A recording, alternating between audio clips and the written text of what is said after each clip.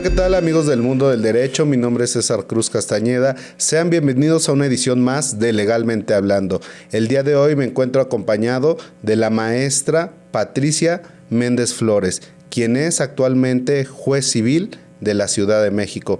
Tiene una amplia trayectoria en el Poder Judicial de la Ciudad de México, licenciada en Derecho por la Universidad Nacional Autónoma de México. También cuenta con una maestría en Derecho Procesal Civil y especialidad en juicios orales. Maestra, bienvenida. Muchas gracias por estar en este espacio, en esta entrevista con nosotros. ¿Qué tal? Muchísimas gracias. Gracias por la invitación y pues aquí estamos para comentar algunos temas importantes. Maestra, ya tenemos como tradición, legalmente hablando, empezar con esta pregunta, saber cómo se describe usted en 3 palabras. Primeramente sería leal, porque trato de ser leal con la gente, primeramente con mis convicciones, ¿sí? Con lo que yo creo y lo que pienso. En segundo lugar, con la gente que me ha acompañado, que trata de apoyarme en diferentes etapas de mi vida y trato de ser leal con esas personas que me brindan su apoyo. En segundo lugar, responsabilidad. Trato de ser responsable con mi trabajo, pero también con la educación de mi hijo, porque tengo un hijo, y trato de enseñarle también ese principio de responsabilidad, de corresponder y de ser responsable en todos sus actos, pero en mi trabajo, porque sé la responsabilidad que implica dictar una sentencia, atender al público. De alguna forma la gente está poniendo en nuestras manos su patrimonio, en el caso de la materia civil. Claro. Sus obligaciones, el cumplir o no cumplir determinadas obligaciones. Y por último, el compromiso. Trato de ser comprometida conmigo misma, con la institución, porque desde que entré al tribunal, pues uno va adquiriendo el amor a la institución y vamos adquiriendo ese compromiso con la sociedad. Sabemos lo importante que es la impartición de justicia para toda la sociedad, que es lo que genera la paz social y contribuye a eso. Entonces, esas serían las tres palabras que me definirían. Claro, y justamente responsabilidad y compromiso son elementos fundamentales en una persona juzgadora. Entonces, me parece muy bien esa parte de que se identifique con estas 2 últimas palabras esenciales para la administración de justicia, maestra. Y bueno, nos gustaría ahora conocer un poquito más de los antecedentes antes de la profesionista, conocer un poco más de sus antecedentes. Cuéntenos cómo fue su infancia, cómo fue su adolescencia, ¿qué nos puede contar de esa parte? Pues mire, yo nací en la Ciudad de México, soy parte de una familia muy, muy numerosa, fuimos 11 hermanos, 11 hijos. Ah, sí, son varios. Sí, exactamente, y de una familia humilde, pero una familia muy unida. Mi mamá, que aún vive, y mi padre, que falleció, nos inculcaron mucho la unidad entre hermanos. Siempre nos comentaban, aunque se peleen entre ustedes, cuando alguien tiene un problema, tienen que estar juntos, tienen que apoyarse. Y así ha sido siempre. A final de cuentas, esa unidad ha generado que nos dé determinada seguridad hacia los demás, hacia la sociedad. Claro. Y la situación es que, bueno, vivíamos en una colonia, pues sí, éramos gente de escasos recursos y aún así vivíamos felices porque podíamos salir a la calle, corríamos por todos lados, no había esa situación de inseguridad, entonces podríamos salir a la calle a jugar pelota, a jugar todo. Entonces, bueno, así transcurrió los años, entré a la universidad, a la UNAM. Pero yo ya entré a la UNAM cuando yo ya estaba trabajando en el tribunal. Y he de comentarles, pues yo iba en el CCH Naucalpan. Okay. Y pues este es un secreto, pues se los voy a contar. Yo terminé el CCH, pero no pasé una materia. Entonces, en función de eso, y como mi papá era muy estricto, claro. Me dijo, no pasaste, te sales de trabajo, te vas a trabajar, no te sales de la escuela, ya no podemos avanzar en sostenerte porque ya no te puedo estar apoyando, y entonces salí a trabajar. Y esa es la situación, que yo ya entré a trabajar pues en diferentes lugares y después se dio la oportunidad de que pudiera entrar al Tribunal Superior y de ahí pues ya conociendo cómo funcionaba el tribunal, a qué se dedicaba y estas circunstancias, fue que me entró pues el gusto por el derecho. Maestra, nos comenta que inicia a trabajar en el Tribunal Superior de Justicia del entonces Distrito Federal previo a estudiar Derecho. ¿En qué puesto, en qué cargo inicia y luego cómo es que toma esta decisión ahora sí de estudiar Derecho? Pues yo entré al Tribunal Superior de Justicia en 1995 con el cargo o con el puesto de niñera. Y entro a trabajar en el CENDI Niños Héroes, que aún existe. Sí. Ajá, con ese cargo, es decir, apoyando a las maestras en el cuidado de los niños que son hijos de trabajadoras, de madres trabajadoras, ahora madres y padres trabajadores del Poder Judicial, del tribunal. Entonces ahí estuve un corto tiempo, de ahí paso a ser archivista en Centro de Estudios Judiciales, que ahora se llama el Instituto de Estudios Judiciales. Ahí estuve algunos años y ahí es donde comienzo a tener más contacto con el derecho, porque pues en el CENDI era una actividad totalmente distinta. Claro, por supuesto. Pero en el Centro de Estudios Judiciales empiezo a trabajar pues sí como archivista, haciendo algunas actividades propias de administrativas. Sin embargo, bueno, quien era el director entonces, el maestro René Casolongo Méndez, pues me deja un tiempo como su secretaria y tengo más contacto con lo que es la impartición de justicia, con los jueces, con los secretarios de acuerdos que están haciendo sus cursos para prepararse para jueces. Y entonces ahí es donde empiezo a tener ese contacto directo con el derecho.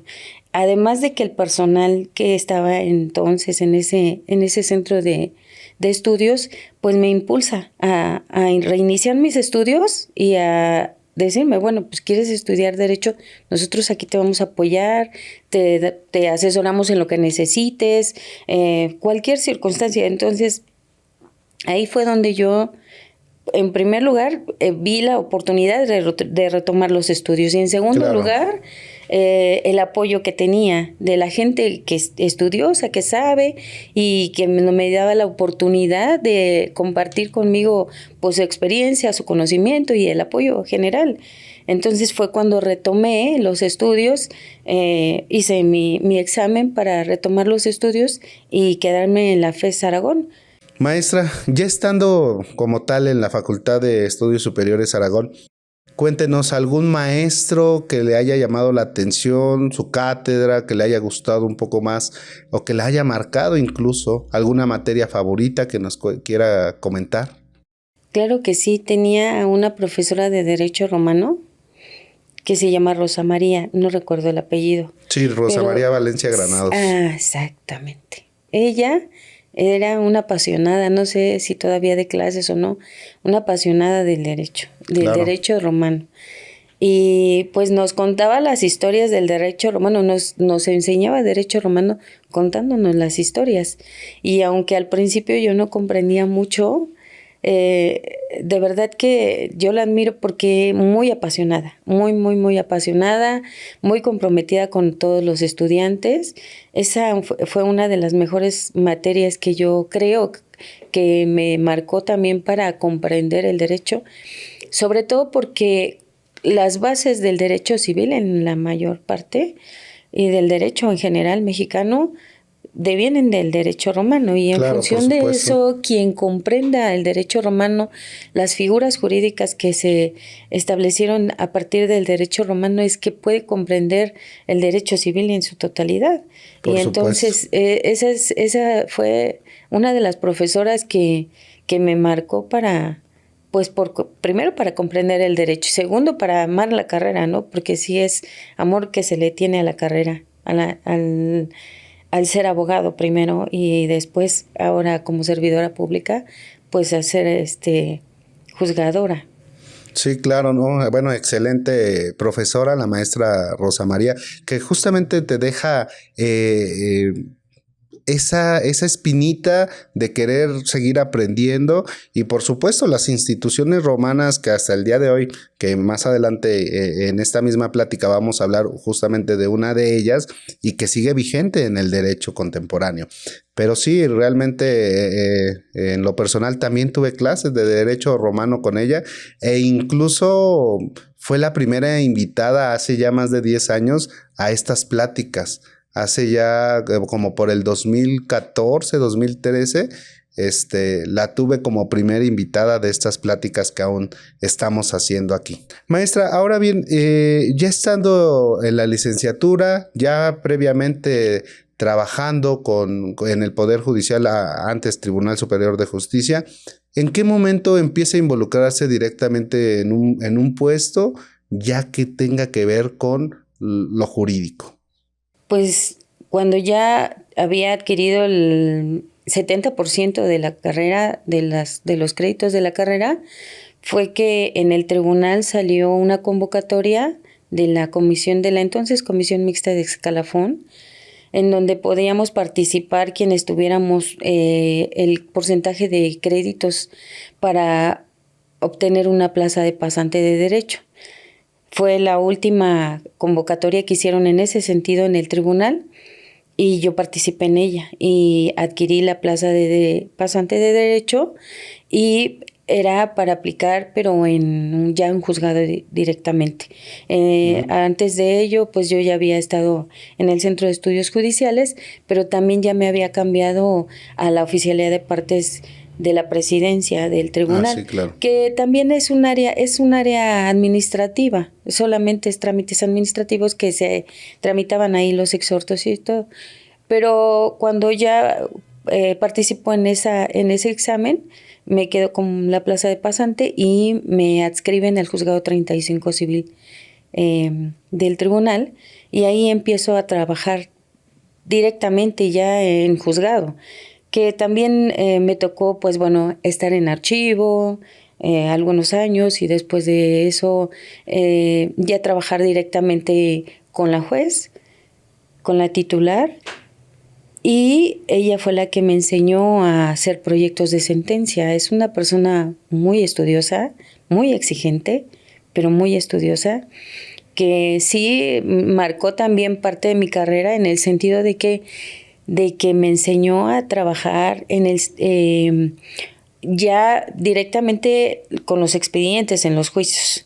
De alguna forma ella me comentaba que cuando no le veía promesa o perspectiva de que avanzara una persona, pues no se tomaba el tiempo de enseñarle, pero claro, que conmigo, o sea, veía que yo tenía esa chispa de entender las cosas. Entonces me dijo, yo te veo esa capacidad, te voy a enseñar. Y difícilmente lo hacía con algunas personas, o sea, sí era muy enfática en no voy a perder el tiempo a lo mejor en determinadas personas. Entonces, claro, a mí me dice, te voy a enseñar, te voy a invertir tiempo y te voy a poner a hacer proyectos de sentencia para que tú vayas aprendiendo a hacer sentencias. Y de verdad se lo agradezco, siempre le voy a agradecer. Repito, es una persona estricta, pero a final de cuentas creo que esa circunstancia me generó en mí el poder haber aprendido, creo que de la mejor manera o una de las mejores maneras a analizar los juicios y a poder hacer una sentencia. Claro, definitivamente vio en usted cualidades que para ella le fueron relevantes y por supuesto le decidió enseñar, y creo que esa parte de tener un mentor en nuestra vida profesional siempre es fundamental, ¿no? Maestra, ahora bien, ya estando en el Poder Judicial de la Ciudad de México, ¿qué es lo que más le gusta de pertenecer al mismo? Pues me siento orgullosa de ser juzgadora. ¿Por qué? Porque creo que haber obtenido la titularidad de un juzgado hasta ahora es símbolo de estudio, de esfuerzo y de trabajo hasta el día de hoy. Más adelante posiblemente ya no, pero para ser juez en el Tribunal Superior de Justicia habría que pasar exámenes exhaustivos con diferentes etapas. No nada más es un examen general o no nada más era un examen específico de la materia, sino eran diferentes etapas a través de las cuales las personas que pretendíamos la titularidad de un juzgado, pues tendríamos que pasar de inicio un examen general de derecho enfocado más a la materia que pretendemos ocupar. Sin embargo, también entre ellos era el realizar una sentencia, un proyecto de sentencia, claro, otorgándonos copias de un expediente y sus documentos, es decir, demanda, contestación y sus documentos, y elaborarlo de cero. Entonces, esa parte creo que probaba la capacidad del conocimiento de quien estaba contendiendo por una plaza de juzgador. Después de ello, pues un examen público, que fue el que me tocó a mí, a través de del sínodo y las como preguntas. Si fuera examen profesional. Y las preguntas, y con posterioridad el examen psicométrico, que duraba 6 horas, me parece, entre 4 y 6 horas, para analizarnos respecto a la capacidad y cuestiones pues mentales de los contendientes. Y todos esos exámenes, pues bueno, los pasamos pues sin ningún problema. Creo que la circunstancia de que se presenten exámenes de conocimiento es sumamente importante, pues para acreditar que quien está de juzgador tiene esa capacidad. Sin embargo, pues ahora la situación va a cambiar y pues yo espero que quedemos los mejores, los más preparados. Exactamente, claro, los más preparados, que hay una oportunidad para que personas externas al tribunal participen, es extraordinario, pero espero que quedemos o queden los más preparados para resolver. Justamente en eso va mi siguiente pregunta. ¿Cómo ha vivido desde su trinchera esta reforma al Poder Judicial? Pues de inicio con un poco de renuencia, un poco de no estar de acuerdo, precisamente por lo que yo le comento. Creo que para ser juzgador sí se debe de tener esa sensibilidad, ese carácter, pero también el conocimiento y la experiencia para resolver. Es decir, cuando nosotros en proceso escrito, y los jueces que están ahorita en materia de oralidad, para resolver un asunto, pues sí deben de tener ya un determinado número de años de aprender y entender cómo se resuelve un caso, ya sea las personas de oralidad o los juzgadores de oralidad, en el momento mismo que le están planteando a lo mejor un incidente, y nosotros en proceso escrito resolver conforme a cada expediente, pero estamos resolviendo alrededor de, bueno, yo estoy dictando alrededor de 5 o 6 sentencias casi a diario, con el apoyo del personal judicial, sí, pero hay que revisar y hay que verificar y hay que platicar criterios, claro, de lo que se comprende y de lo que se considera que es lo justo y lo va pegado a derecho, que son dos cosas distintas. Entonces, creo que ha habido un poco de oposición y renuencia. Sin embargo, ya estando la reforma judicial en proceso, pues nos tenemos que adaptar a los cambios, todos, ¿no? Todos. Claro. ¿Por qué? Porque a final de cuentas nuestra función es servir al justiciable, a la sociedad. Y si ya está establecido este sistema, entonces tenemos que adaptarnos a él. Y vamos a avanzar y vamos a participar. Maestra, ya entrando al tema que vamos a hablar jurídicamente, me parece muy puntual lo que usted nos está diciendo. Vamos a hablar de la prescripción positiva o adquisitiva. La audiencia es vasta. Queremos a lo mejor que nos explique qué es la prescripción positiva, pero con unos términos un tanto más fáciles de digerir.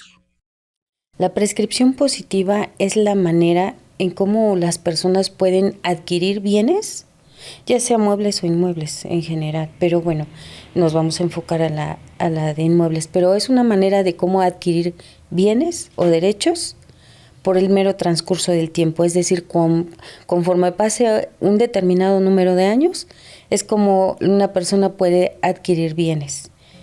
Esa es en general lo que implica una prescripción adquisitiva o positiva.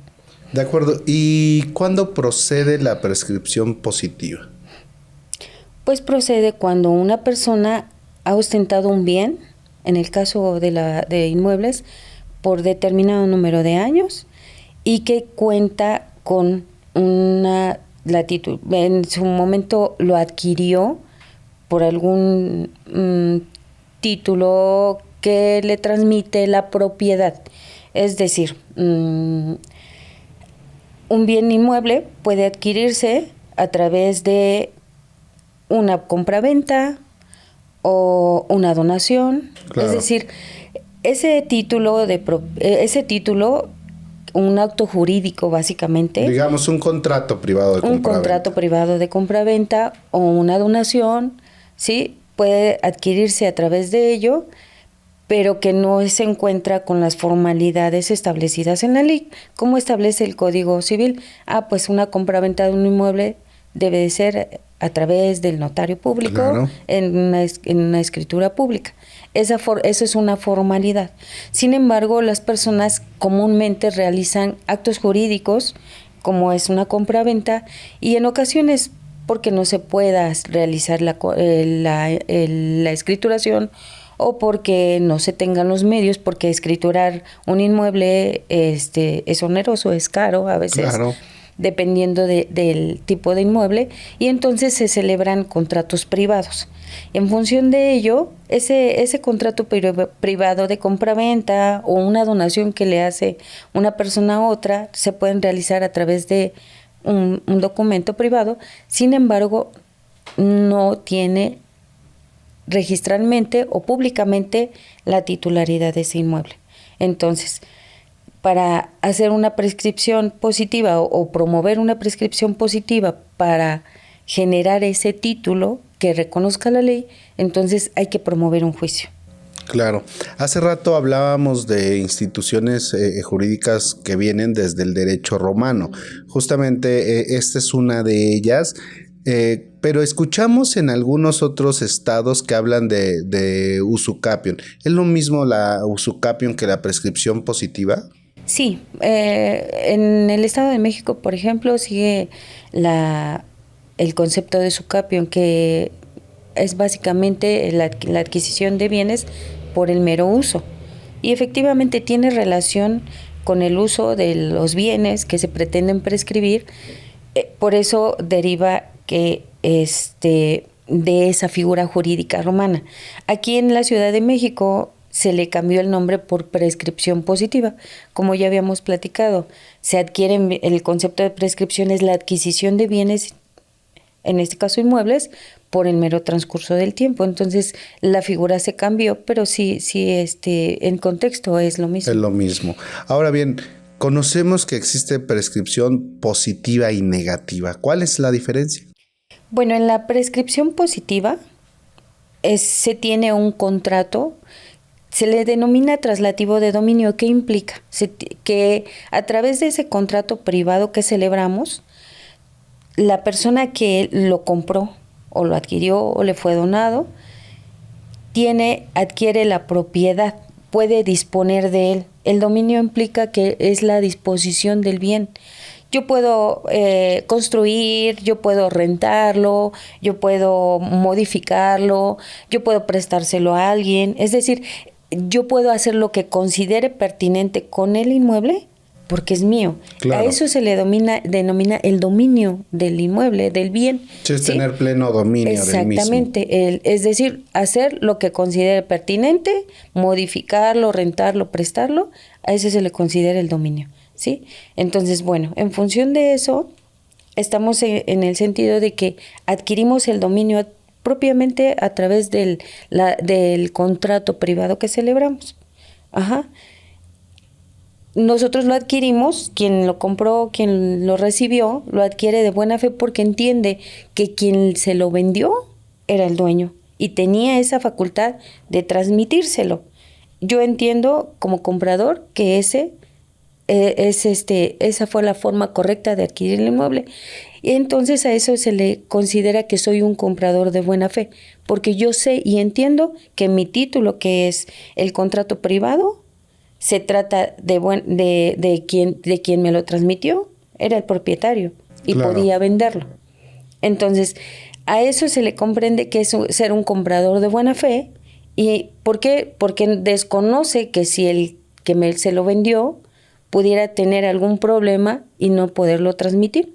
Yo lo compré y yo sabía que fulanito que me lo vendió lo podía disponer. Entonces, de ahí deviene la prescripción positiva de buena fe. Maestra, perdón que le interrumpa un momento, pero me surge una pregunta derivado de su respuesta.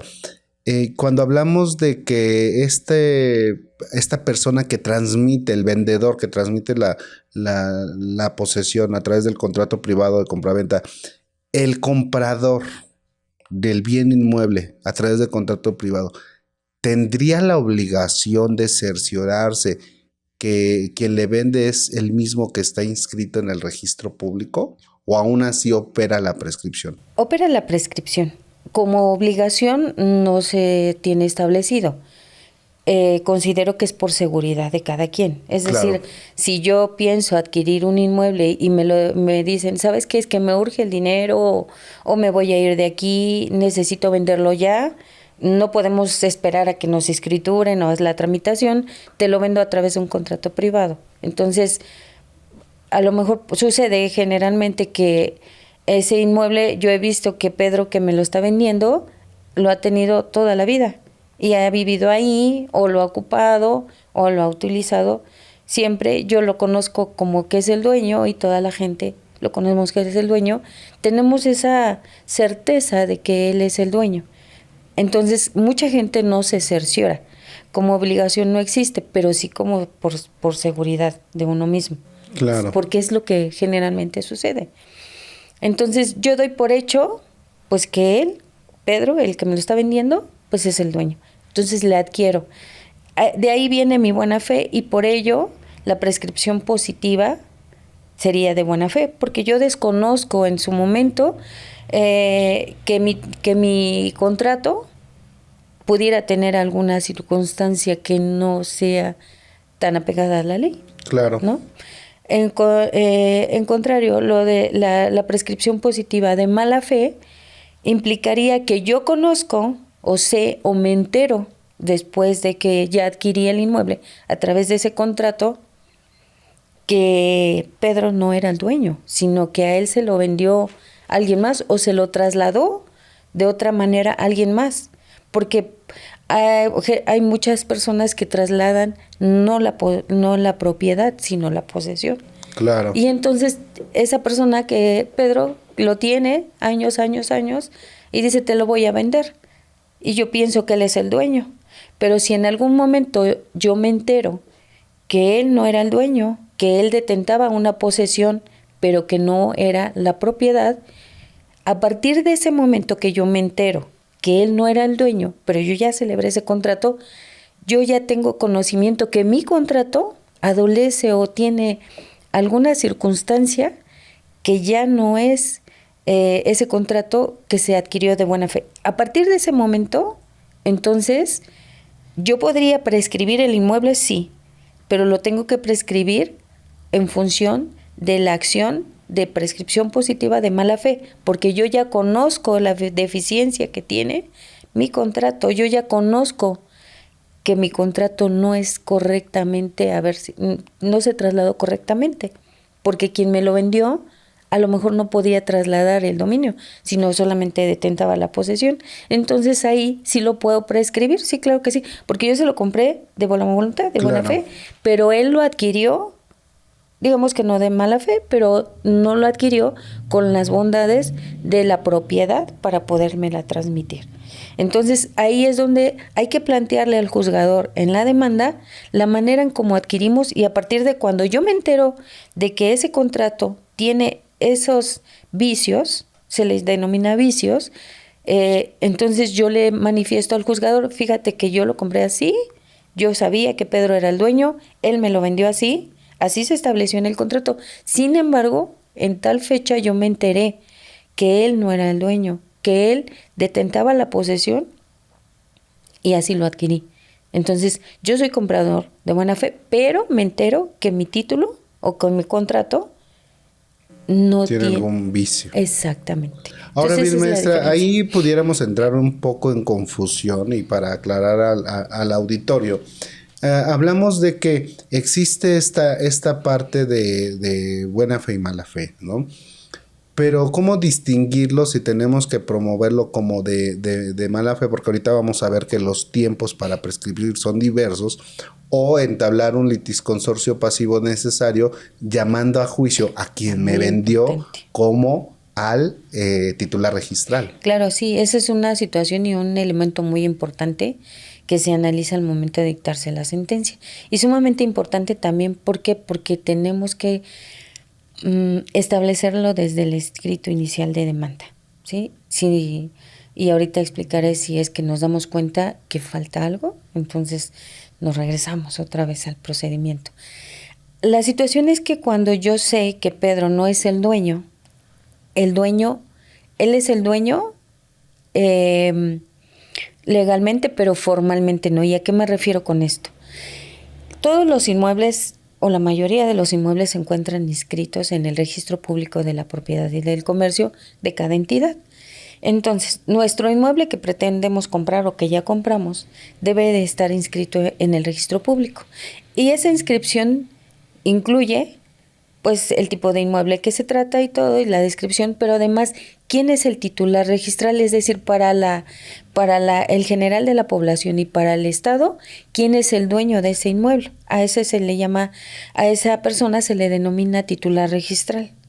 En ocasiones, quien es el titular registral es el quien nos vende. Claro. Entonces, nosotros vamos a demandar al titular registral, que se trata de la misma persona que nos vendió, y solamente tendríamos un demandado. ¿Para qué? Para que a través del juicio de la prescripción positiva, nosotros nos convirtamos en el titular registral, ¿sí?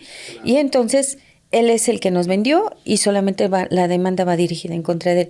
¿Qué sucede cuando Pedro, que me vendió, no es el titular registral, como les explicaba, sino que a él le transmitió una persona que era ya sea el titular registral, a él se lo transmite y él me lo vende a mí en un contrato privado? Pero sucede también que el titular registral, que no es Pedro, pero que tampoco es la persona que le vendió a él, entonces le transmite a otra persona el titular registral, luego esa otra persona a Pedro y a mí, o puede darse hasta 2, 3 personas, transmisiones, que a eso se le llama tracto sucesivo, y eso se tiene que acreditar. Primero, para integrar la litis o el litis consorcio, necesitamos saber quién es el titular registral de nuestro inmueble y quién nos los vendió. Hay una jurisprudencia que establece ese requisito, que tiene relación con el artículo en la Ciudad de México 1156 del Código Civil, que establece que cuando no se trata el titular registral del verdadero dueño, al que le denomina verdadero dueño es quien nos vendió a nosotros, entonces tenemos que llamarlos a los dos. ¿Y por qué vamos a llamar al titular registral si él ya transmitió? Porque formalmente y ante el Estado y ante el común de las personas, el titular registral es el dueño. Es decir, ese inmueble que yo adquirí forma parte de su patrimonio. Y entonces, cuando se dicte una sentencia, el juzgador va a decir, ordena al registro público de la propiedad a inscribir la sentencia a favor de Patricia Méndez, y ese inmueble saldrá del patrimonio de la persona que es el titular registral. Por ende, hay que llamarlo por lo que tenga que decir, es decir, respetarle su garantía de audiencia. Claro. Puede decir nunca lo transmití o alguna otra circunstancia. O simplemente mantenerse pasivo, no contestar y de todas maneras se le dio su derecho, su garantía de audiencia y entonces dictarse la sentencia. Entonces tenemos que integrar al juicio, al titular registral, si no se trata de la misma persona que nos vendió, y a la persona que nos vendió. Y si hubo en ese inter de traslación de dominio diversas personas a las que se le transmitió, con acreditar esa traslación, es decir, exhibir los contratos. A Pedro me lo vendió, pero él tiene un contrato privado a través del cual otra persona se lo vendió a él y a esa persona se lo vendió el titular registral. No es necesario llamar a juicio a todas estas personas intermediarias de la transmisión, sino nada más acreditar ese tracto sucesivo, esa forma de cómo se fueron transmitiendo la propiedad de una persona a otra hasta donde llegar a quien me lo vendió a mí. Entonces nada más llamamos al titular registral, a quien me lo vendió y acreditar ese tracto sucesivo, que es lo que genera la seguridad. En primera instancia, al juzgador para dictar la sentencia en favor de quien promueve y en segundo lugar, para ordenar que se inscriba esa sentencia en el registro público de la propiedad. Muy bien, maestra, muchas gracias por su respuesta. Me surge derivado de lo mismo que nos está comentando una nueva pregunta. Habla de un título justo. ¿Qué tipo de documentos tendría que ser o de documento tendría que ser este título justo? Y bien, hemos escuchado esta parte de la figura de fecha cierta, que de repente ahí pues complica este tipo de procedimientos. Sí, claro que sí. Bueno, en el Código Civil antes se hablaba de título justo. Ahora ya fue modificado y ya se habla de un título apto para prescribir. Y aquí la cuestión es que ahora se denomina apto para prescribir porque debe de ser títulos, hablando de contratos, que trasladen, como les comentaba antes, la propiedad. Tenemos diversos actos jurídicos o contratos que se celebran entre las personas para poseer inmuebles, como puede ser el arrendamiento, puede ser un comodato, claro, o un contrato de depósito, ¿sí? Estos actos jurídicos para poseer un inmueble no generan el derecho de disposición o de propiedad. Entonces, estos contratos no son aptos para poseer un inmueble y para prescribirlo, solamente para poseerlo. ¿Por qué? Porque el arrendamiento, el dueño del inmueble o una persona tercera se lo renta a alguien y solamente tiene el usufructo, es decir, lo puede ocupar y vivir ahí o utilizarlo a lo mejor para un negocio, pero no le da el título de dueño o propietario. Claro. El comodato es un préstamo. Yo te presto este inmueble para que lo ocupes, generalmente pues para vivienda o puede ser para otro fin, pero a final de cuentas no le está dando la propiedad, solamente se lo está prestando y puede ser por un tiempo determinado o por tiempo indeterminado. Y el depósito pues puede ser que nada más aquí te lo encargo, tú te encargas de revisar, de cuidarlo, pero no es tu inmueble, es mi inmueble, yo te lo encargo a ti, ¿vale? Entonces esas circunstancias o esos actos jurídicos no generan la propiedad, derechos de propiedad. ¿Cuáles son los que generan la propiedad? Y son los títulos aptos para poseer y para poder prescribir, pues los contratos de compraventa, la donación, ¿sí? Básicamente son estos, ahí omito uno, ahorita que me acuerde se los comento, pero son aquellos contratos o actos jurídicos que celebran las partes a través de contratos privados que se está entendido entre las dos partes que están transmitiendo la propiedad de ese bien inmueble. Entonces, a eso se le llama un título justo o apto para prescribir. Claro. Los otros contratos no pueden ser aptos para prescribir porque nunca nos van a generar que nosotros ya nos consideremos dueños o propietarios de ese inmueble. Esos serían los títulos. Ahora bien, por cuanto a la fecha cierta, antes del 2008 creo que salió una jurisprudencia, antes de ese tiempo, bueno, las acciones para prescribir son muy socorridas todavía en la actualidad, pero bueno, se prescribían inmuebles, había muchas acciones se ejercían muchas acciones con títulos o con contratos que de alguna manera se generaban no en el tiempo o en la forma que se establecía en la demanda o en el propio título, ¿no? Veíamos nosotros como juzgadores, yo cuando era proyectista, fue en esa época que teníamos contratos de 1980, 1985, 1990 con una impresora que actual. estaba vigente en 2005, ¿no? Entonces, pues generaba duda al momento de dictar la sentencia, de revisar el juicio y dictar la sentencia.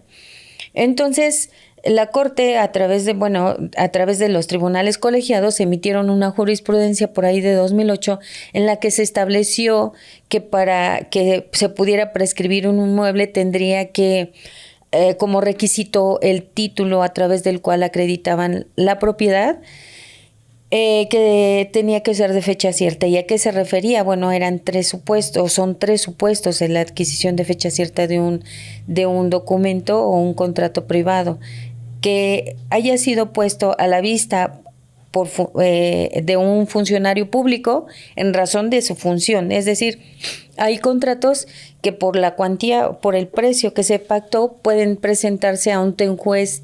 Antes, los que existían de cuantía menor, nada más para ser ratificados, lo que no implicaba que se tuviera como ya una escritura pública, una formalización, sino básicamente nada más es ratificarlos ante la autoridad y que comparecieran las dos partes. Sí, estoy de acuerdo, sí lo dirige y sí es lo que estamos plasmando, y esa era por razón de su función, o ante un notario público a certificar y a dar fe de que efectivamente lo que están celebrando ahí también están de acuerdo las dos partes, o bien que alguno de los celebrantes, de los que intervienen en ese contrato, haya fallecido. Esos eran los tres supuestos que exigía o exige la ley o la jurisprudencia en su momento, para que al presentar ese contrato ante una autoridad jurisdiccional y solicitar la declaración de que ya me he vuelto yo propietario por virtud de la prescripción positiva,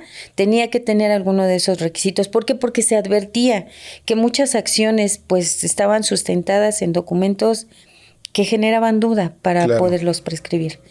Y eso a eso se refiere la fecha cierta. Ahora, en las acciones actualmente, pues ya las jurisprudencias han modificado los criterios en decir, bueno, porque era muy riguroso. Entonces yo como proyectista entonces y ya después como juzgador decía, no tiene fecha cierta este contrato, no procede la acción. Y se empezaron a declarar acciones improcedentes de prescripciones positivas, así como entraban, ¿no? Si promovían 10, generalmente las 10 eran improcedentes porque no reunían alguno de estos requisitos, porque solamente se tenía que acreditar uno. Entonces, ya los criterios fueron modificando en relación a esta fecha cierta y decían, bueno, ya no nada más, se retomó el requisito y dijeron, bueno, ese requisito puede entenderse también que si las dos personas que celebraron están contendiendo en el juicio, pues entonces si hay comparecencia de las dos personas, pues entonces se puede ya tener como fecha cierta si la parte demandada acepta que sí lo celebró, ¿no? Claro. Entonces ya se puede soslayar esa parte de la fecha cierta, atendiendo a que la parte demandada a lo mejor sí contesta y dice, pues sí lo celebré, pero algo, o no se opone, o alguna cuestión. Claro. Entonces esa situación ya ha sido modificada, la manera de cómo analizarse el documento de fecha cierta.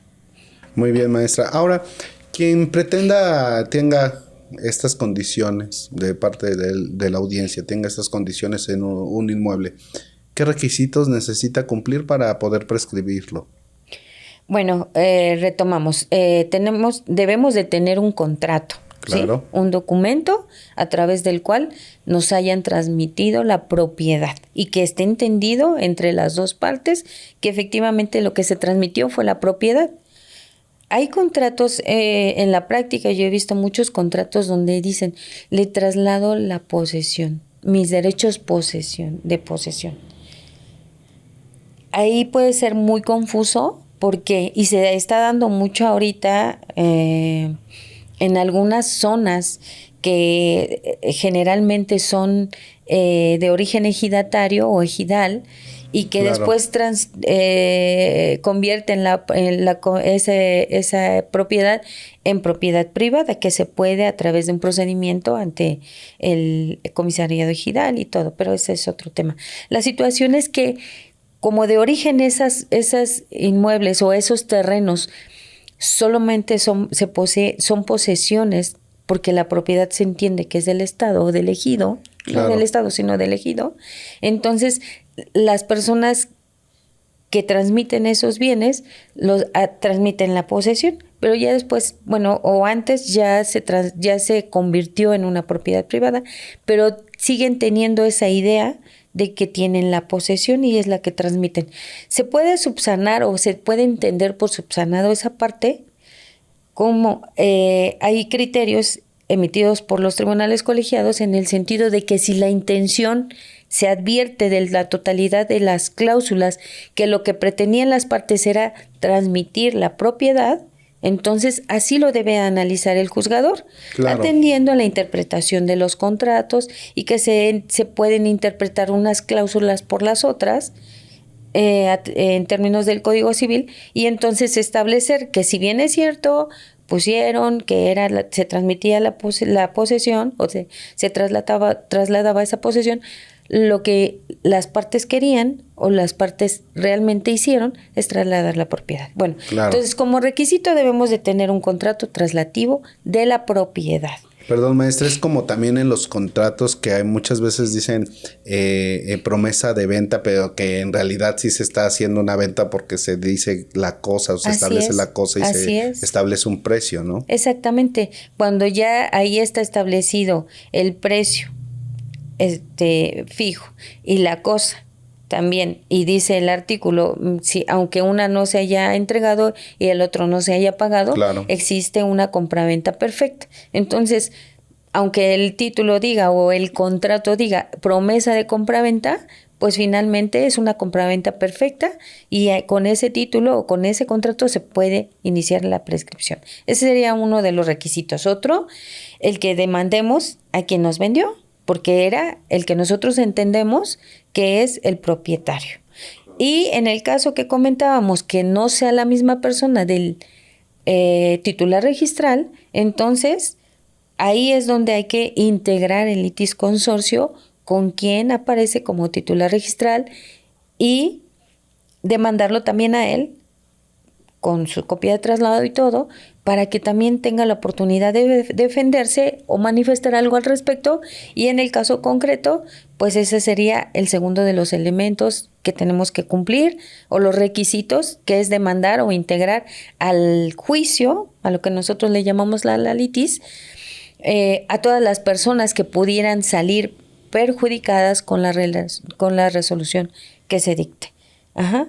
El tercer requisito sería pronunciar a las personas que nosotros sabemos que tienen conocimiento, que nosotros estamos poseyendo en calidad de propietario. Es decir, las personas o testigos que de alguna manera se han enterado que yo soy la dueña y que yo ejerzo o hago actos de dominio o como propietaria del inmueble que yo tengo en propiedad, y que se percatan a través de sus sentidos de esos actos de dominio o de esos actos de propietaria. Yo soy la dueña, y si todo el mundo se da cuenta, pues sí, tengo que mencionar quiénes son esas personas.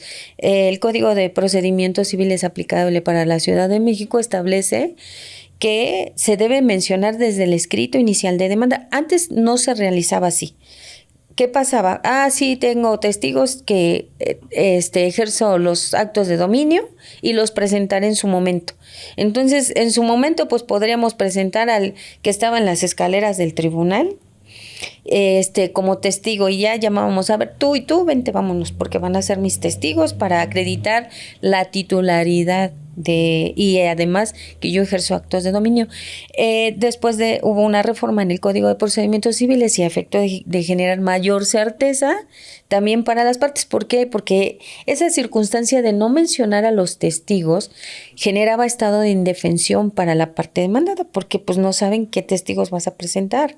Claro. Y en su momento, pues si te opones a la prescripción o a la acción, tendríamos que la parte demandada podría impugnar o de alguna manera redarguir de falsos a los testigos porque no les constaran los hechos que les van a preguntar. Entonces, para no generar estado de indefensión a las personas demandadas, entonces en el código se estableció que se tenía que designar desde el principio a los testigos que se van a llevar su testimonio para demostrar esos actos de dominio. Ajá. Entonces como otro requisito tengo que señalar quiénes son mis testigos y podemos señalar a 3, 4, 5, pero el código establece que por lo menos con 2 están acreditados los hechos. Mi sugerencia es que mencionemos a varios testigos que les conste los hechos de que yo ejerzo actos de dominio. ¿Por qué? Porque hay ocasiones en que un testigo no pueda acudir a la audiencia por alguna circunstancia. Y para estar en condiciones de sustituirlo en el momento mismo de la audiencia, entonces yo puedo elegir de los que ya mencioné que les constan todos los hechos, yo puedo elegir de ellos a un testigo, no pudo venir fulano, pero lo sustituyo por quien también designé o señalé en los hechos. Entonces ahí no tendríamos mayor problema. Si nada más mencionamos 2 y alguno de los 2 o los 2 ya no pudieron venir, las audiencias no pueden ajustarse a las necesidades de las partes por virtud de la cantidad excesiva de trabajo que existe y porque cada procedimiento tiene una etapa y una consecución. Entonces no podemos, pues no te vuelvo a señalar una nueva audiencia o esto. Entonces no hay manera de cómo ajustarlos a la agenda de las personas, sino las personas se tienen que ajustar a la agenda de los juzgados. Y tratando de juicios orales, pues a la agenda que nos marca el sistema, ¿no? Claro. Entonces, para estar en condiciones de que no nos falle esta circunstancia de que podamos acreditar la calidad de la posesión, que yo lo poseo públicamente, esa posesión, pues mis testigos tengo que mencionar varios y para que en su momento pueda sustituir uno y otro. Esos serían los elementos con los que yo tendría que contar para promover una demanda inicial. Muy bien, maestra. Ahora bien, ¿quién conoce de este tipo de juicios? ¿Qué haga autoridad jurisdiccional? Conocemos los juzgados de materia civil, de inicio, y los conocen tanto los de proceso escrito en la Ciudad de México como los de proceso oral. ¿Cuál es la diferencia? El valor del inmueble al momento de que se promueve la demanda. Como se trata de una acción real, es decir, real consiste en que atañe a la propiedad del inmueble, entonces se toma en consideración, de acuerdo a las reglas de la competencia, el valor del inmueble en el momento que se promueve la demanda. Claro. Cuando yo promuevo mi demanda de prescripción positiva, tengo que proporcionarle al juzgador también el valor aproximado o el más aproximado del inmueble y sería el valor puede ser el catastral o el comercial, pero muchas veces o la mayoría de las ocasiones el valor catastral es menor al valor comercial. Entonces ya sea que cuando promuevo mi demanda para que se radique ya sea en un juzgado de proceso escrito o en un juzgado de proceso oral, tengo que demostrarle cuánto cuesta el inmueble al día que yo promuevo. Claro. ¿Sí? En este caso ya puede ser por un avalúo de un perito evaluador, claro, que puede ser elegido a libertad por el promovente. Aquí no hay necesidad de que sea de la lista oficial de peritos auxiliares. Yo puedo elegir mi perito y en función de eso, pues le proporciono el avalúo. O bien, si tengo mi boleta predial, Ahí viene el valor catastral y ahí se establece lo que cuesta el inmueble. Entonces, puedo proporcionar ya sea un documento u otro para decirle al juzgador, mira, tú eres competente para resolver mi acción de prescripción. ¿Por qué? Porque de acuerdo a lo que cuesta mi inmueble, este es el precio y tú eres competente de acuerdo a las reglas de la competencia por cuantía. Ahorita anda alrededor de 860,000, 70,000, por ahí así. La competencia de los de proceso escrito hacia arriba, o sea, más elevado, sería de proceso escrito. Hacia abajo serían los juzgados de proceso oral. Claro, que cada año se renovaba esa cuantía, sin embargo, ahorita que estamos también en la transición a unidades de gestión, creo que en noviembre van a conocer ya absolutamente de todo, ¿verdad? Sí, salvo que haya algún tipo de modificación, como está suspendido esta parte de la extinción de juzgados, entonces posiblemente se modifiquen esas reglas, posiblemente, porque ahorita está en suspenso debido a la carga excesiva de trabajo y las situaciones que han suscitado en el tribunal o en el propio Poder Judicial. Entonces se suspendió la progresividad de la transformación de juicios o de juzgados de proceso escrito a proceso oral. Entonces todo depende de los acuerdos que se tomen, de las determinaciones que emita el Poder Legislativo y además los acuerdos que se tomen en el Consejo de la Judicatura para establecer las fechas de competencias y de inicio de juicios en ese sentido. Bien, maestra. Ahora bien, tenemos que cuando evidentemente es procedente la acción, el juzgado resuelve con una sentencia. En este caso sería lo mismo esta sentencia que dicta el juez, o en el caso de ustedes, que dictan en el juzgado, ¿lo podemos equiparar a un instrumento notarial de compraventa? Sí se puede equiparar, no es lo mismo, pero digamos que se equipara para efectos de ¿qué? Para efectos de obtener la titularidad, es decir, que yo aparezca como titular registral en el registro público de la propiedad sin necesidad de que yo acuda al notario y se realice una escritura pública con relación al inmueble.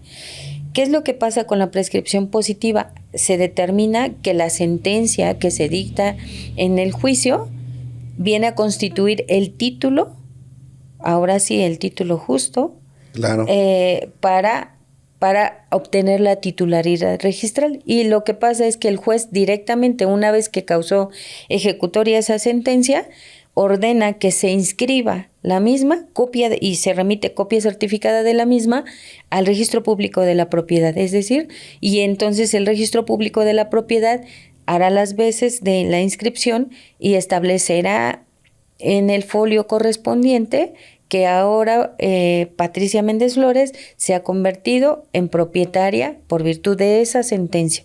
Y se remiten las copias certificadas, se hace la inscripción o la anotación de que por virtud de la prescripción positiva que se tramitó y se asientan todos los datos en el juzgado fulano de tal, en el expediente tal y que se convirtió en titular registral. Muchas veces solicitan la cancelación definitiva del título que tenía. Sí, del folio anterior, ¿no? Del folio anterior. No es posible eso. ¿Por qué? Porque como explicaba al principio, debe existir un tracto sucesivo, es decir, en el registro público de la propiedad está el historial que ha sufrido los bienes inmuebles a través del transcurso del tiempo, cómo se va modificando, porque pues muchas veces son terrenos grandes que se van vendiendo, se trasladan, pero por partes o por porciones, y entonces, bueno, pues ya se convierten en folios auxiliares o se amplían los folios, y entonces esta historia o este historial que se va generando, no es posible que se cancele o que se ordene una cancelación definitiva. ¿Por qué? Porque ahí se pierde el tracto sucesivo de cómo fue que se modificó un terreno originalmente, un bien inmueble originalmente, y cómo se modificó, se cambió hasta la fecha actual o hasta la fecha que quien adquiere por prescripción positiva ya tiene una propiedad de una porción, puede ser, o de un departamento. Claro. Entonces, no puede ser que haya una cancelación definitiva o total. Debe de haber una inscripción. Sí, y claro. Entonces ahí, al revisar el folio, cualquiera, porque se trata de un registro público, es decir, que todo el público tiene acceso a la información que se encuentra ahí, entonces puede verificar cómo estaba antes, quién lo transmitió, cómo se adquirió y por qué está actualmente como titular X persona. Entonces, esa circunstancia de ordenar, cancelar, generalmente se pide en el escrito inicial de demanda, pero de acuerdo a mi criterio, no sé si todos los juzgadores estén de acuerdo a mi criterio, no podríamos ordenar la cancelación definitiva del anterior titular, sino tiene que establecerse o tiene que prevalecer que él antes era el titular registral, pero que por virtud de la prescripción positiva que yo tramité, y una sentencia definitiva emitida por una autoridad competente, yo ya me convertí en la titular registral y sin mayor problema mi nombre aparecerá en el folio real como titular registral. Claro, de hecho pues simplemente es una nueva inscripción, ¿no? Los antecedentes registrales se dejan pues justamente como antecedentes. Así es. Ahora bien, maestra, en esta parte hicimos algunas preguntas o solicitamos a nuestra misma audiencia que nos hicieran algunas preguntas para usted. Es el caso de Jorge Almícar, quien es un abogado de Yucatán, quien nos dice cómo analiza la procedencia de la acción de usucapión o prescripción adquisitiva en este caso. Pues el análisis básicamente en las sentencias definitivas y todos los juzgadores tenemos una forma de analizar los juicios diversa. Es, digamos, a nuestro leal saber y entender, de acuerdo a cómo nos genera la experiencia, como menciona el artículo 402 del Código de Procedimientos Civiles aplicable para esta ciudad. Pero yo considero que en todas las entidades federativas debe de existir esa circunstancia de que el juzgador revisa, analiza y resuelve de acuerdo a su leal saber y entender y a la experiencia que tiene como juzgador.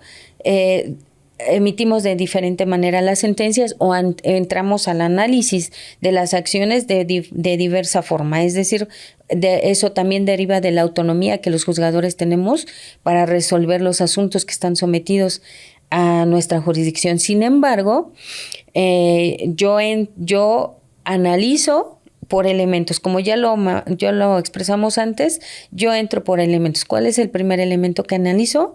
Bueno, que se haya demandado al titular registral y a quien verdaderamente le vendió, que era el propietario del inmueble, y entonces entro en un considerando, revisando esas circunstancias y analizo los documentos o las pruebas que me aportó la parte que promovió la prescripción positiva para que de alguna manera yo verifique como juzgadora que efectivamente se demandó a quien se tenía que demandar.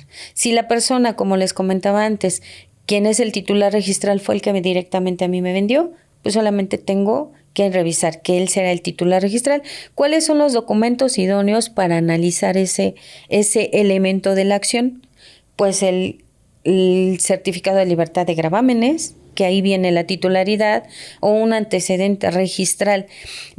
Actualmente en la Ciudad de México están exhibiendo mucho constancias de folio real que se adquieren en los kioscos o creo que en el registro público de la propiedad. Sin embargo, ese documento en sí no constituye un documento público que, como el propio Código de Procedimientos Civiles establece el valor de los documentos públicos y de los documentos que no lo son. Entonces, a juicio mío, yo considero que ese antecedente no constituye una documental pública con pleno valor probatorio que se lo dé el propio código o la ley. ¿Por qué? Porque está establecido en los criterios jurisprudenciales que ese documento solamente es un una presunción, no hace prueba plena. Es decir, ese documento sí sirve hasta cierto punto para valorar o para advertir determinadas cuestiones como antecedente, pero no hace prueba plena de que el titular registral es a quien demandamos. ¿Por qué? Porque muchas veces en ese mismo antecedente, si las personas lo revisan, no viene el titular registral. Viene, sí, determinados antecedentes, como comentaba, de cómo se ha transmitido el inmueble de una persona a otra, qué modificaciones ha tenido ese bien, porque a veces se prescriben porciones de terrenos mayores, claro. Y entonces ahí viene el antecedente o la historia. Pero muchas veces, o la mayoría de las veces, no dice el titular registral es fulano. Claro. Viene quién se lo transmitió a quién, pero no nos da la certeza de que ese último a quién se lo transmitieron actualmente sea el titular registral. Entonces, es nada más un antecedente, pero no constituye prueba plena. Hay que llegar al juzgador de un documento público expedido por el propio registro público de la propiedad que nos genere la convicción de quién es el titular registral y que efectivamente es a la persona que se le llamó a juicio para poder darle su derecho de audiencia y que manifieste al respecto si lo trasladó o no lo trasladó, o que se tenga pues por confeso de los hechos que se le demandaron por no haber contestado. Claro. Y analizamos, ese sería el primer elemento, ¿sí? El de que se demandó y se integró la litis correctamente con el titular registral y con quien le transmitió la propiedad. El segundo elemento, ¿cuál sería? Que efectivamente el documento que me exhibieron como título traslativo de dominio o acto traslativo de dominio se haya demostrado fehacientemente. Aterrizamos más en palabras entendibles. Que el contrato privado de compraventa o el contrato privado que me exhibieron haya sido de aquellos que me trasladaron la propiedad. Que yo a través de ese contrato yo ya me haya sentido dueña o ya haya entendido con el vendedor o con quien me lo transmitió que me dio la propiedad del inmueble para yo hacer y deshacer de ese inmueble como a mí se me antoje. Entonces, ¿cuál es el segundo elemento que se analiza? Pues que efectivamente se constate con ese documento que efectivamente se transmitió la propiedad. Y entonces se hace el análisis de que se trata pues de un contrato privado de compraventa o un contrato de donación que celebró tal persona, que ya analizamos su legitimación en el elemento anterior, y que trasladó la propiedad porque viene descrito el inmueble tal cual me lo está pidiendo en la demanda inicial y que coincide con los datos, incluso que si corroboramos con el registro público de la propiedad en el certificado de libertad de gravámenes, que está ahí establecido que es el mismo inmueble y que me lo trasladó y que me vendió, ¿sí? Claro. Que me lo vendió y que yo le pagué la cantidad y tal. Sí, ese sería el segundo elemento. Esas son las pruebas idóneas y los abogados y las personas que promueven estos juicios deben de entender cuáles son las pruebas idóneas para cada elemento. No todas las pruebas nos sirven para demostrar todos los elementos o toda la acción. Hay pruebas que sirven para un elemento y que no sirven para los demás. Sí, y ya analizadas en una parte de la sentencia, pues ya no podemos traerlas a otro elemento porque no son las pruebas idóneas. Es decir, el documento base de la acción, que es el contrato privado de compraventa, no me sirve para demostrar la calidad de dueña y los actos que yo hago como ejerzo como propietaria en el elemento constitutivo, en el elemento que tiene que relación con la calidad de dueña con la que yo acredito. Es decir, el documento sí me trasladaron la posesión. Bueno, puedo estar yo, la propiedad, perdón. Puedo estar yo como propietaria del bien y además me lo entregaron, puede ser, pero yo nunca lo he ocupado. Es decir, pues ahorita no, y nadie se ha dado cuenta que yo soy la dueña. Ahí a lo mejor está abandonado. Entonces, para acreditar las calidades de la posesión que yo me ostento como dueña, pues hay otro tipo de pruebas que ya lo habíamos comentado, que los criterios de la Corte o los tribunales colegiados establecen que la prueba idónea para esas calidades de la posesión es la prueba testimonial. Claro. Ajá, que es la prueba idónea para hacerlo. Entonces estamos en el elemento que acreditar el acto traslativo de dominio y es el contrato, y lo podemos robustecer ¿con qué? Pues con las pruebas confesionales que ofrezcamos a cargo de los demandados, claro, para constatar que efectivamente el día tal celebramos ese contrato, que me vendieron ese inmueble, que me lo vendieron en tal precio y que yo le pagué el precio, claro, y que ese día que me vendió o al día siguiente o en tal fecha me entregaron la posesión. Sumamente importante esto. Es decir, que cuando me trasladaron la propiedad, celebramos el contrato y pagué el precio y me dieron la posesión, porque a partir de esa fecha es cuando yo empieza a transcurrir el término para que yo pueda prescribir ese inmueble. Y entonces ese elemento se analiza la certeza de la celebración y los términos y las condiciones en que se celebró. Eso es lo que se analiza en ese elemento. Y ya después viene el tercer elemento, que habla de las calidades de la posesión. Así se maneja en el Código Civil. ¿Cuáles son las calidades de la posesión de la prescripción positiva? Pues entonces se establece que sea de manera pública, que sea de manera pacífica y que sea de manera continua, a la vista de todos, claro, ¿sí?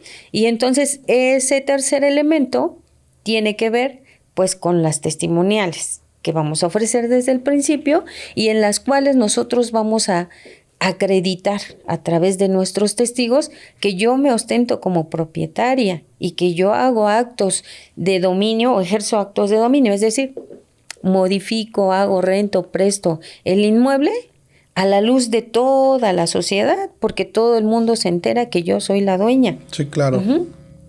Esos elementos a veces se confunden, porque la forma pacífica de poseer generalmente nos ofrecen la testimonial y nos dicen, sí, es que no tiene ningún problema con los vecinos porque ella es buena persona y con todos tiene buena relación.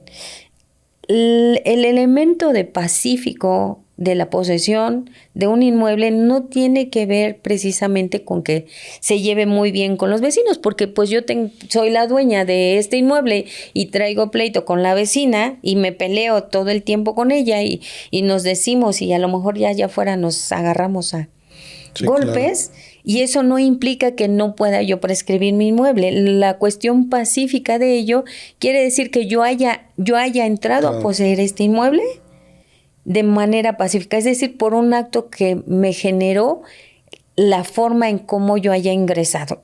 Yo compré el inmueble, cuando lo pagué, el dueño anterior, que es el que me vendió, me dijo, aquí están las llaves, puedes entrar a poseer el inmueble. Esa es una forma pacífica de entrar a poseer. Claro. Ajá. Y entonces, bueno, pues los testigos deben de atestiguar, pues sí, yo vi que cuando le compró el inmueble a Pedro, él le entregó las llaves y él de hecho le abrió la puerta y le dijo, estas son las llaves. Esa es la manera pacífica de entrar a poseer un inmueble, es decir, a través de un acto traslativo o como la ley lo establece. ¿Sí?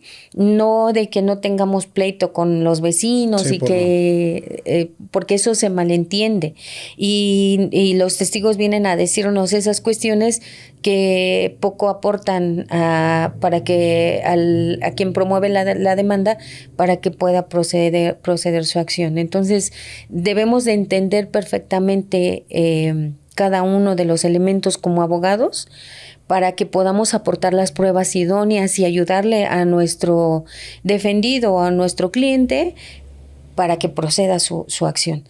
Hay otra cuestión ahí en las calidades de poseer el inmueble que tiene que acreditarse, que es de manera ininterrumpida. Claro, continua. Ajá, o continua. Sí, es decir, que no haya abandonado porque a lo mejor le promovieron un juicio penal a través del cual se irrumpen en los inmuebles. Hay muchas personas que ven un inmueble vacío. Vacante. Ujú. Y entonces van y se meten, ¿no? Y los pueden denunciar por despojo. Entonces, la forma en cómo se posee el inmueble puede ser de esa manera. Bueno, para acreditar que no haya sido interrumpida porque a mí me denunciaron por despojo, porque al momento en que me promueven una denuncia de ese tipo, mi término para prescribir ya se cortó, Sí, claro, se interrumpió. ya se interrumpió. Entonces, realmente esa manera de poseer continua ya no existe. Y entonces ese elemento ya no queda acreditado y genera que aunque yo ya haya demostrado al juez los dos elementos anteriores, este tercero ya no se acreditó y por ello mi acción ya no va a proceder. Claro. Y entonces debemos de tener mucho cuidado en cómo vamos a acreditar a través de nuestros testigos las calidades de la posesión, que sea pública, pacífica, continua y de buena fe. Maestra, ya nos explicó muy bien cómo es la procedencia, cuáles son los elementos. En el caso que hablamos prescripción positiva de buena y de mala fe, ¿cuáles son los plazos que tenemos que cumplir para que se dé esta prescripción?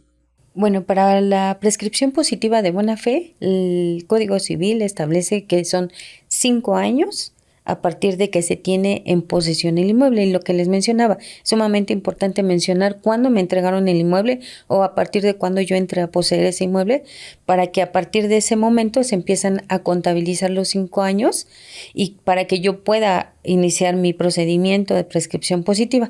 En los casos de mala fe, son 10 años. ¿Y cuándo se empiezan a contabilizar? Cuando yo me entero que mi título tiene un defecto, alguna cuestión específica por la cual yo digo, es que no debía de haber adquirido así el inmueble porque tiene un vicio, mi contrato.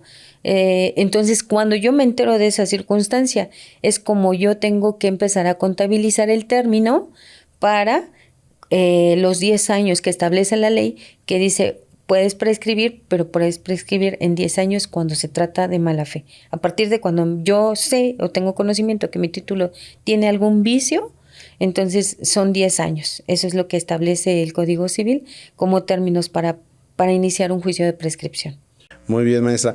En ocasiones, maestra, iniciamos procedimientos de prescripción cuando se advierte que pues era un inmueble mayor, se fraccionan los lotes, los venden así, evidentemente con contrato privado. ¿Cómo podemos acreditar esa identidad del inmueble? Ese sería otro elemento, un elemento extraordinario para acreditar la prescripción positiva y que sería la identidad del bien. Es decir, el predio que yo compré, que coincida plenamente con el que está establecido en el contrato que yo exhibí como causa generadora de mi posesión y que sea el que coincide plenamente o físicamente con el que yo poseo y que está ubicado dentro de un predio mayor.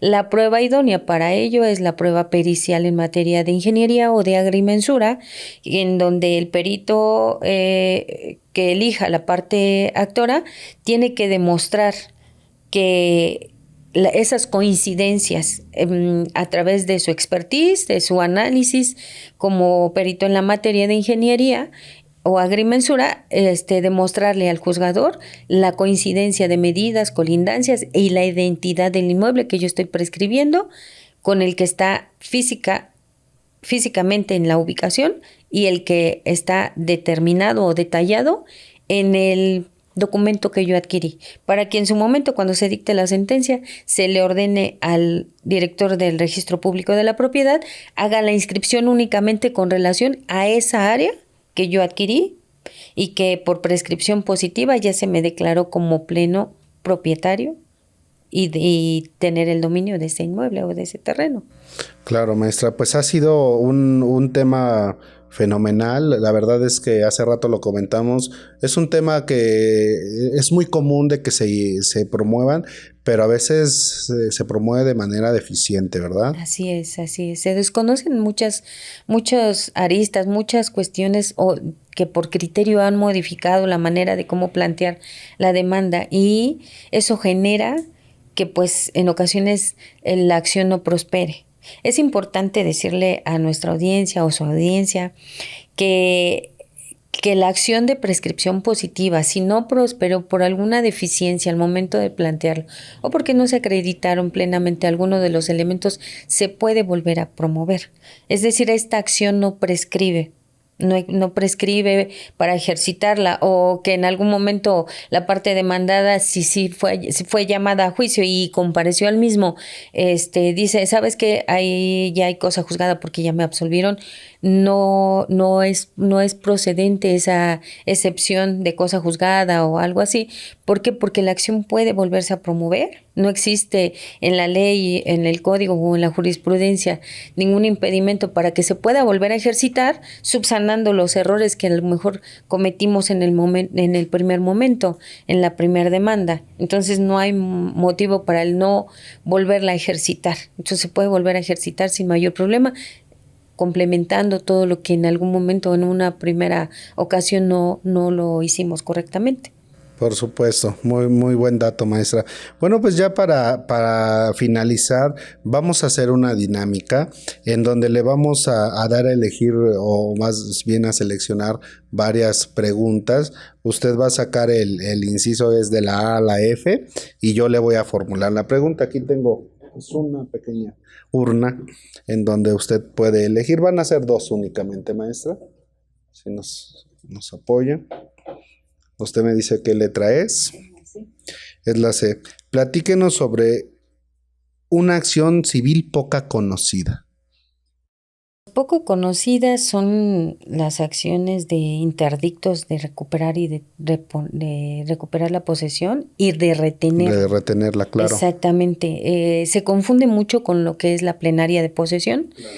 Pero los interdictos de recuperar o retener son dos acciones distintas que básicamente los interpone. Bueno, la de recuperar la posesión es quien tenía una posesión, y en este caso, como hablamos al principio de posesiones derivadas, puede ser porque poseía por arrendamiento o porque le dieron en comodato, es decir, prestado un inmueble, o bien que se lo encargaron para que lo cuidara y que en su momento lo tiene y alguien le está diciendo, ¿sabes qué? Salte porque yo tengo mejor derecho de tener esa posesión, ¿sí? Hablamos de posesiones derivadas, no en calidad de propietario. Entonces, esa persona que está siendo molestada por alguien más en que le digan, salte, dámelo, entrégame el inmueble, la puede promover ante el juez de primera instancia. Claro. Se trata de una acción que por su naturaleza no tiene una cuantía determinada, es decir, no tienen que acreditar el valor del inmueble para efecto de que se establezca ante un u otro juzgador, y entonces esa se tramitaría ante el juzgado de proceso escrito civil, y ese juez es el que va a resolverle respecto a quién tiene mayor derecho a poseer ese inmueble sin calidad de dueño, o sea, solamente como poseedor. Y entonces ahí se le va a llamar a la persona que se le denomina en el código perturbador, que está perturbando su posesión, y entonces le está generando esa molestia para que manifieste lo que a su derecho convenga, y en su momento pues establezca quién tiene el derecho a poseer ese inmueble. Claro, maestra. Una última, por favor. ¿La D? ¿La D? Uh-huh.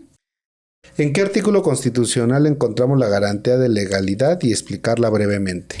La garantía de legalidad se encuentra en el artículo 14, Sí, en el 14 constitucional, ya titubeé. Sí, se encuentra en el 14 constitucional.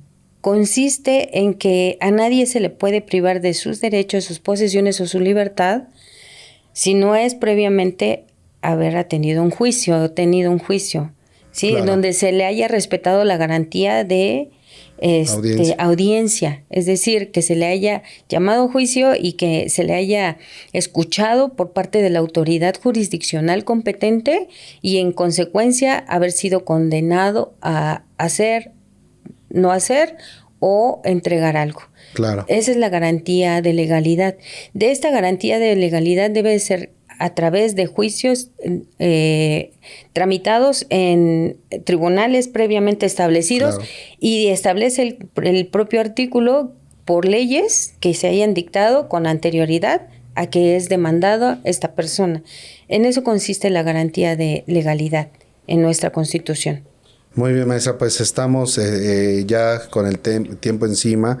Le agradecemos su participación. Por último, me gustaría saber en dónde pudiéramos encontrarla, algunas redes sociales que tenga. Sí, tengo en mis redes sociales, me pueden consultar, verificar cuestiones que en ocasiones subo con relación a algunas situaciones de asesoramiento o algo, en Facebook, en Instagram, en TikTok y en X. Actualmente tengo esas redes sociales y se las... Claro que sí, nos las hace llegar y nosotros vamos a hacer que aparezca en la pantalla que estén observándonos. Pues maestra, nuevamente es un gusto haber platicado con usted. Realmente nos da pues una explicación muy buena en el tema que estuvimos platicando y pues qué mejor de una juez para saber cómo vienen, sobre todo nosotros como litigantes, esta plática pues no se la deben de perder. Y bueno, al auditorio agradecerles haber llegado hasta este momento, recordarles que nos apoyan mucho compartiendo esta entrevista, denle like y bueno, pues también a la maestra la pueden seguir en sus redes sociales, comenten, también pueden hacerle algunas preguntas y los esperamos en una siguiente emisión con un nuevo invitado para continuar legalmente hablando. Muchas gracias.